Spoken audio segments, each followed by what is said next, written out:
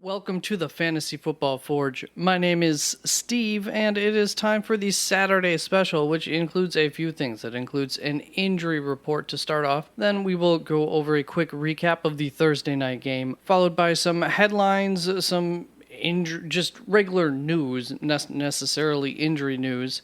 And then we will go to the steel stock scrap portion, where I am going to, right off the bat, owe you an apology for last week's performance. I do believe it was probably my worst week so far. I did not perform well. I did tweak some of the guys that I had in that portion on Sunday morning or Saturday night. So just a reminder, you can check out my rankings on the website, www.theffforge.com, link down in the description, or you can come and visit me live on Sunday, 1 hour prior to kickoff, and you can ask me any start-sit questions that you have, and then you can also see my final rankings in case I do make any adjustments, which there are usually a few. On to the big news here. A special thanks to my 69th subscriber, Samuel Ball. I appreciate you more than you know. I appreciate all of you, but I mean, 69. Now let's move on to the injury news, starting off with the quarterback position out. We don't have anybody out yet, but Matthew Stafford is out. Maybe he is out.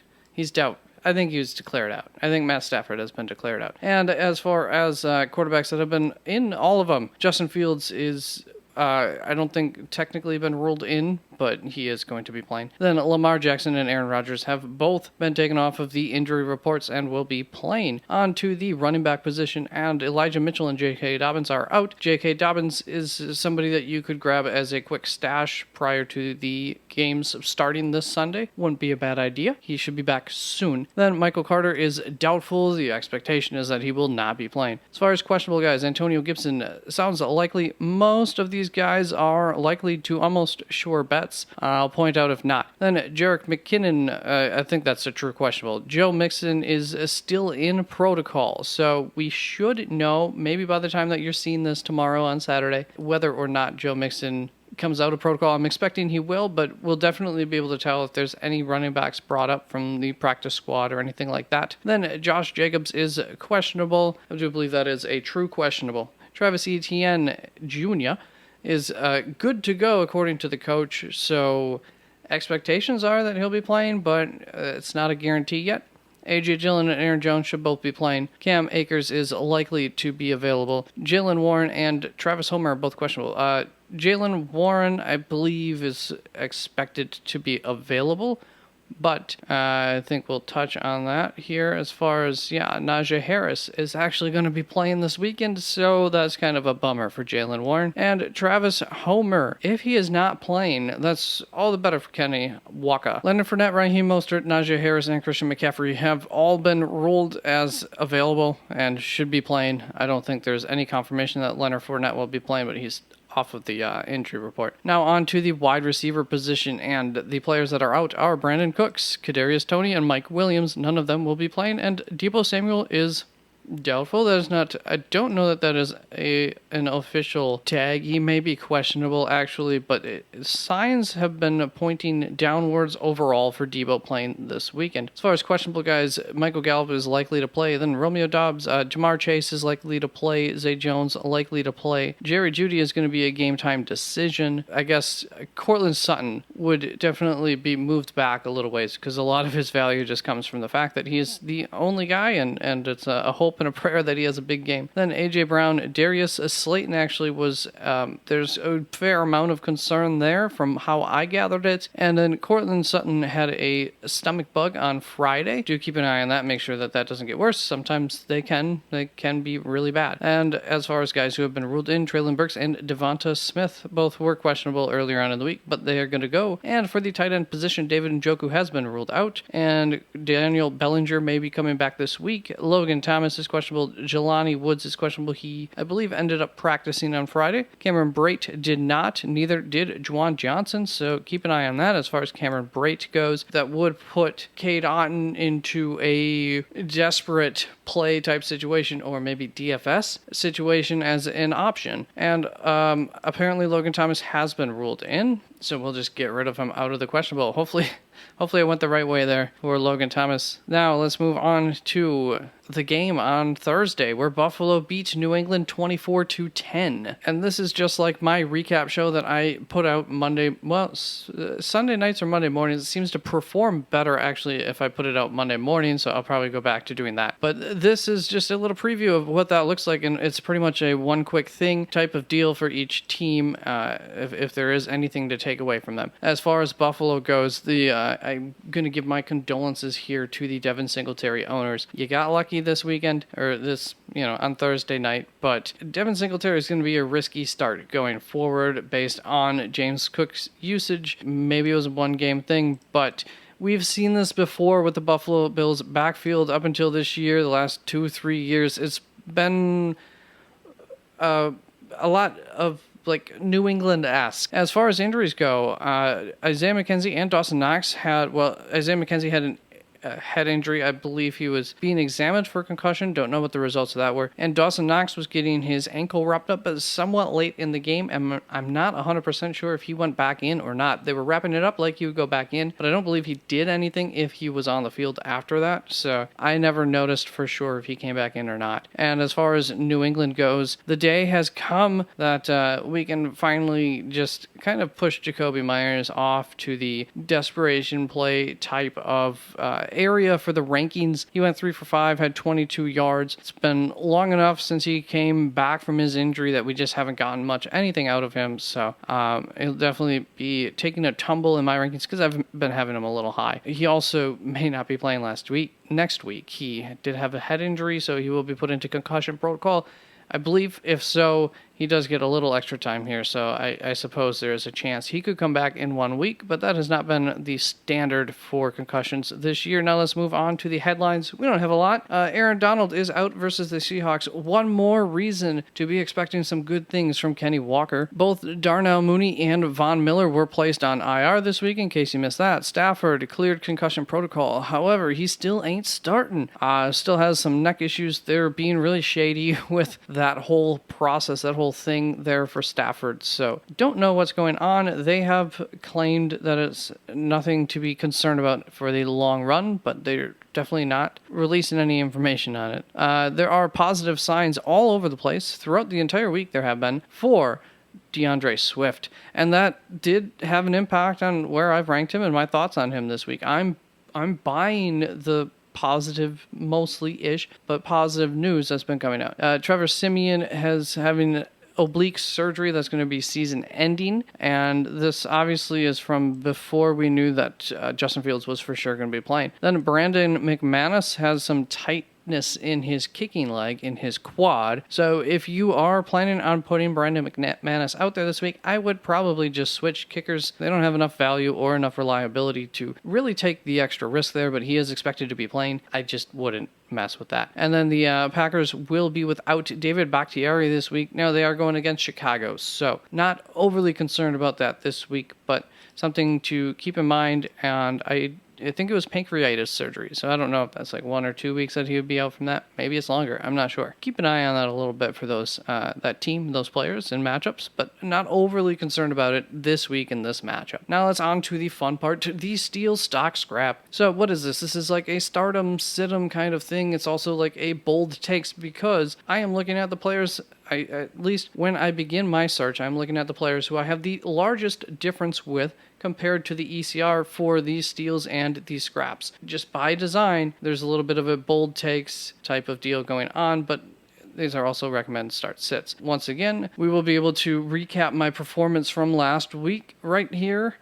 For each steel stock scrap at each position. Mixed would mean that I did good and bad. Good would mean that I did good, bad means I did bad. Sometimes I elaborate a little bit further, but that is the scale I try to stick to. Also, there will be some DFS value plays that I'm going to give you, typically roughly one per position. Sometimes I do a little bit more, but one primary option that I'm going to present to you. Once again, that is a bit of a bold takes. I start my list at the cheapest players, and I go up until I start to see some names that are enticing, and then I choose the first one that I have some level of faith on, or that I think the upside is totally tournament worthy. So for the most part, these are tournament type plays more so than a 10-person type competition in DFS. Now let's get onto it, to the tight ends. And last week for these steals, I had some mixed results. I did good, I did bad. This week, everywhere, let's try to do better. So for Cole Kmet, I have him ranked 8th, the ECR on him is 11, so I have him 3 spots ahead of the ECR, going up against Green Bay. And a lot of us did not have Cole Kmet, probably even our top 12 earlier on in this week, but with Justin Fields returning,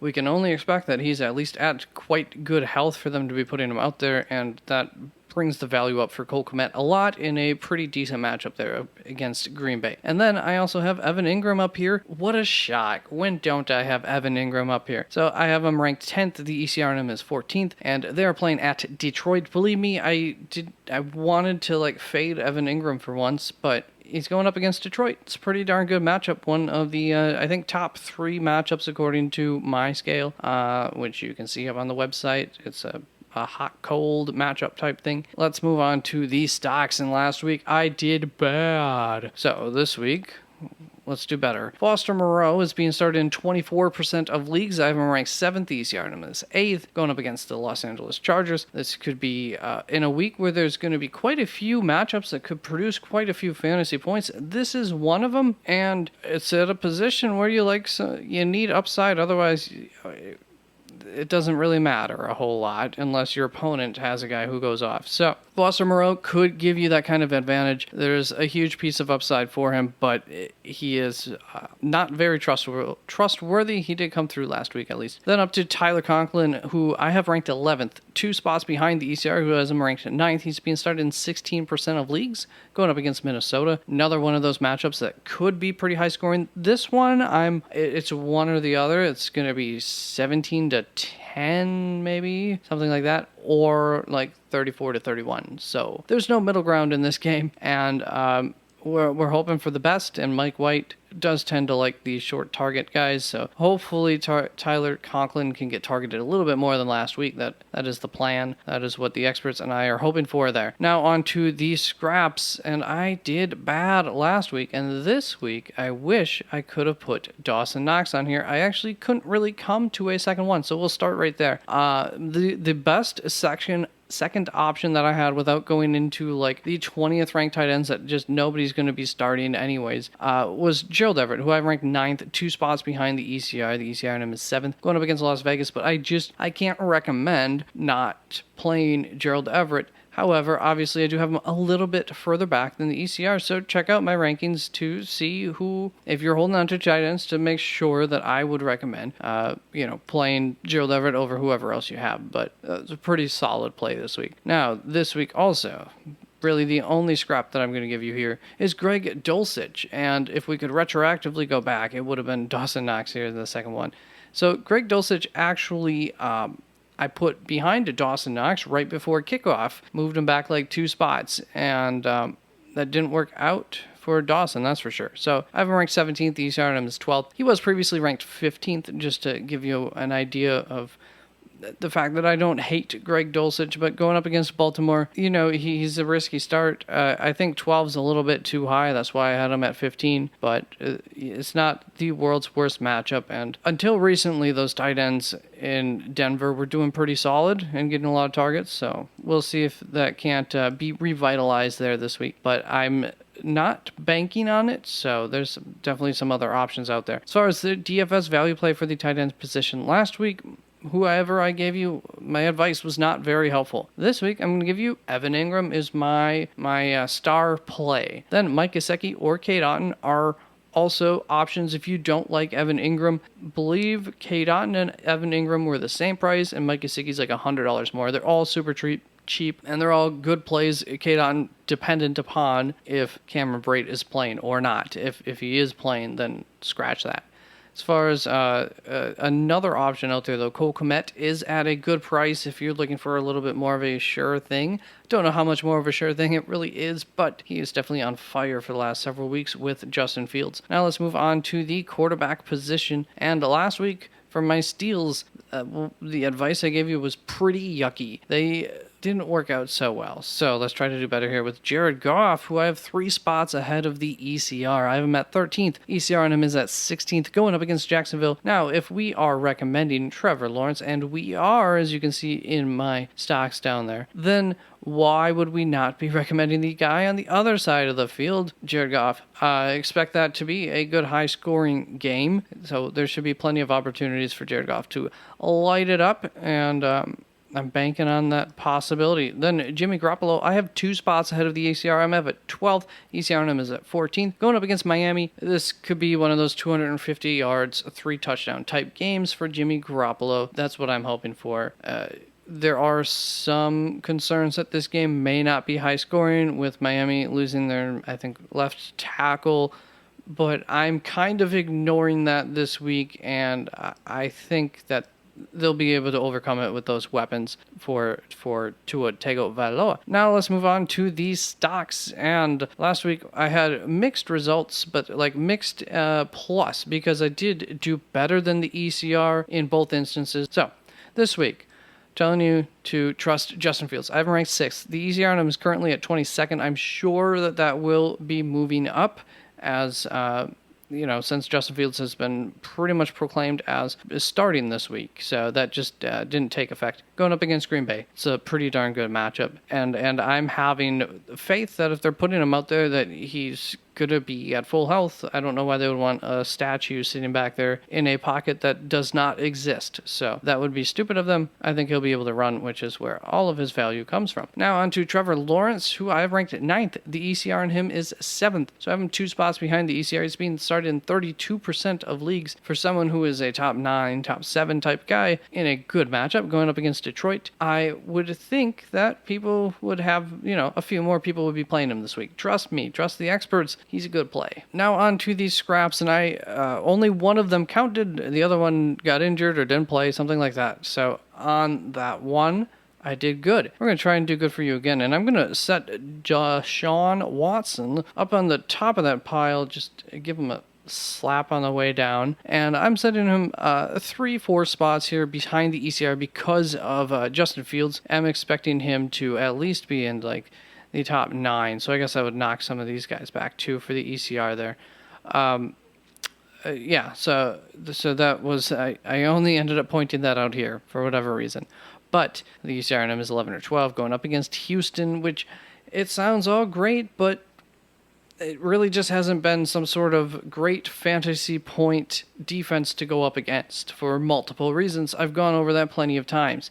So as far as Deshaun Watson goes, there's got to be some rust that he's going to have to knock off, you would expect. And he's in a very blah matchup as far as fantasy points go.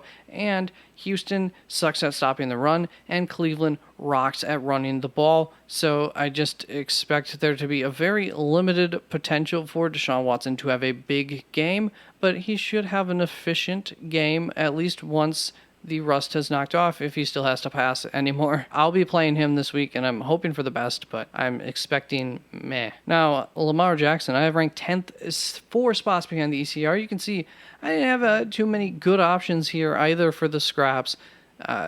Just the one good one. I think that was a good one. I like this advice. I hope you follow it. If you have Deshaun Watson and somebody else in my top 15, I would recommend them.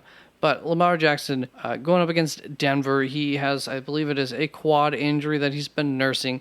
The last several weeks, he hasn't been running the ball so much, and that's hurt every aspect of that offense, of his fantasy point totals for a little while now. And so I'm just not really expecting him to recover to top 5, top 6 type potential. Of course, that upside's always there. Yeah, I'm not really saying go out and sit Lamar Jackson, but at the very least, manage your expectations, and if you have some of those options that I have above them, yeah, I would recommend it. Now onto the DFS play. And for the value pick here for the quarterbacks last week, I put 2 out there for you, and neither one of them came through. This week, let's make those odds a little better. I got 3 names, but Jimmy G is my number 1 option here. Go grab yourself some Jimmy G and be happy when he gets that 3rd touchdown. Maybe he runs one in or something like that, or maybe he happens to throw for 300 yards and 2, whatever the case. For Marcus Mariota and Kenny Pickett, they're super, super cheap. I just didn't quite have enough faith in them where I would prefer to spend up for Jimmy G. After doing so bad last week, I was a little bit more willing to spend up a little bit more this week with some of my suggestions. Now on to the running backs, and for these steals, I did well enough on the whole. Now, DeAndre Swift, I have ranked 21st. The ECR on him is 30th, going up against Jacksonville. Once again, it's a good matchup, and there's been a lot of rumblings and quotes out there this week about DeAndre Swift getting some extra work. I don't expect him to have a whole heck of a lot of work, but as we saw in the early portion of the season, if we can get that workload up to 45% or so, he's golden. So I'm thinking that it could be a really good week for him. It's possible. Now, let's move on to Najee Harris, who I've ranked 18th. The ECR on him is 63rd, so I have him 45 spots ahead of the ECR, and we can obviously kind of ignore that. Najee Harris was not expected to be playing at all this week, and then all of a sudden, hey, he's good to go. I think he's off the injury report even. So signs are pointing towards his normal workload as far as I can tell. Keep our ears to the ground here as a Saturday and especially Sunday morning comes along to hear any kind of even last minute statements that come out about his usage, because if things were to change, then he would tumble down. At least my rankings. Don't know where he'll end up for the ECR. I would guess maybe somewhere around here, maybe a little bit behind there. But he's being started in 70% of leagues this week. Going up against Atlanta, I like that. And so I'm just, keep rocking. That's probably about right. Now on to the running back stocks, and I went good on the one that counted last week. This week, Antonio Gibson. I have ranked 26th. The ECR on him is 27th, going up against the New York Giants. Now, Antonio Gibson is injured. There's some concern coming into the game, but it is expected that he's going to be playing. He may not, in which case, obviously, don't play him. And I'm cautiously optimistic about Antonio Gibson, which is why he is ranked here. So, don't be too afraid of that injury. If he is starting, then go for it, because there's a pretty decent upside this week for him. And then Travis Etienne, I have ranked 8th. The ECR on him is 12th, going up against Detroit, so I have him 4 spots ahead of the ECR. The main thing here is if you have Travis Etienne, find a way to get him in your freaking lineup. His starting percentage was a little bit not quite high enough. It should be higher, so do it. Now on to the scraps. And the other thing is, if you're concerned about that injury for Etienne, don't be concerned about it. He should be getting his full workload. Now onto the scraps, and last week, my advice was disastrous. As far as Rachaad White goes, I have him ranked 30th, 7 spots behind the ECR. The ECR on him is 23rd. I do expect some sort of split between him and Lenny Fournette, and so I'm just not expecting as good of a week as the experts are. I understand the upside. Going up against New Orleans, I'm not 100% sure whether it's at home or not, so we'll just keep it like that. If you noticed, I did not have anybody written here just a moment ago. But yeah, as far as Rachaad White goes, I do like him. He's my number one, waiver wire option for much of the year. Just too many question marks between Leonard Fournette coming back and playing and what that split will look like. So there's several guys like that. And the running back position is quite deep, in my opinion, this week, as once you get into the back end of the RB2s and all of the options after that. It's deep. Then on to Brian Robinson, who I have ranked 31st. The ECR on him is 25, going up against the New York Giants. I had a little trouble picking out my second scrap here. I really don't love the scraps this week, so hey, maybe it'll be disastrous again, and hopefully that'll work out for anybody who plays these guys. But once again, it's just kind of deep, and there are enough questions as to, is it Brian Robinson, is it Antonio Gibson, when they're both healthy, that I would rather take some more sure situations. That's all it comes down to, and I think that those situations are out there and available to enough teams that you might have some of those guys available, which once again you can see on my rankings who I would suggest over these two. But going up against the New York Giants, not a great matchup, not a bad matchup. It is what it is there. Now on to the DFS value play. And last week I did pretty poor with whoever I gave you. It was nearly okay, but ultimately I did pretty poor. Now, if Josh Jacobs were to be out this week, Zamir White is dirt cheap, so I would definitely think about playing him in that situation. However, my number one option this week is going to be Kyren Williams. and this is definitely for those tournament lineups. I wouldn't worry about him in a normal lineup. It is a bit of a long shot. I don't know that a running back has really had a big game all year for the Rams. So it's a bit of a long shot, but the opportunity's there. Then DeAndre Swift is nicely priced for a little bit more, so I would definitely think about that if you want to spend up just a touch more and aren't looking to go dirt cheap at this spot. Now onto the wide receivers, and for the steals, my results last week were mixed. However, ain't a soul that played Justin Watson, so we're good. And if you did, my apologies. He was on the field a lot as I expected. It just didn't work out. Now on to Christian Watson, who I ranked 13th, 11 spots ahead of the ECR. The ECR on him is 24. They are playing at Chicago this week. Believe me, I did not want to have Christian Watson like this high this week. However, when you give me an opponent like Chicago, I can't overlook it, and we're going to hope for that those good games to continue. Then Brandon Ayuk, I have 7 spots ahead of the ECR. The ECR on him is 22nd, and I have him at 15. He is going up against Miami, so there is way too much upside, and it looks like Deebo Samuel's not going to be playing, although that did not... I already had him pretty high here at 15, so I'm not moving him up anymore if Deebo doesn't play. At least that's not the plan. But either way, it's the opponent here that's, once again, just like Christian Watson, I like. Now let's move on to the stock options. And last week I did do bad, but I was right on Allen Lazard's the game flow there and how that could work in favor for him going up against Philadelphia, but it did not, so that sucks. Now this week, Zay Jones, who I have ranked 30th, the ECR on him is 32nd, going up against Detroit, and Joshua Palmer, who I've ranked 32nd, the ECR on him is 28th, going up against Las Vegas, are both guys who I'm actually going to express some caution to this week. They are in good matchups. Everything looks great for them. Zay Jones is coming off of his best week yet, and Josh Palmer gets yet another opportunity. However, I don't think in the case of Josh Palmer that last week was necessarily a fluke or anything like that. I do think that DeAndre Carter is the more natural other guy to have out there when Mike Williams is not out, and Josh Palmer was the more natural guy when Keenan Allen was out. So I am expecting to actually put Josh Palmer back a little bit further, and I will probably move DeAndre Carter up a little ways from where I have him. And as far as Zay Jones goes, hey, I love it and all, but just, don't be careful who you guys are starting these guys over. They're definitely not smash plays. Now on to the wide receiver scraps, and I had very mixed results. And what that means is that I did really, really good with one of them, and I did really, really bad for the other one. Or the guy who, one of them had a really good game, even though I didn't suggest to play him, and one of them had a very terrible game, even though I didn't suggest to play him. And I believe Mike Evans was actually on my scrap list last week. Here I have him again. I have him ranked 25th. ECR on him is 17th, going up against New Orleans. Look at that. I have both of Tampa Bay's wide receivers up here. There's no way I am getting both of these guys correct. I don't know how to give this advice out to you well, but check out my rankings and see if you feel comfortable starting someone over them. One of these guys is not going to have a terrible game.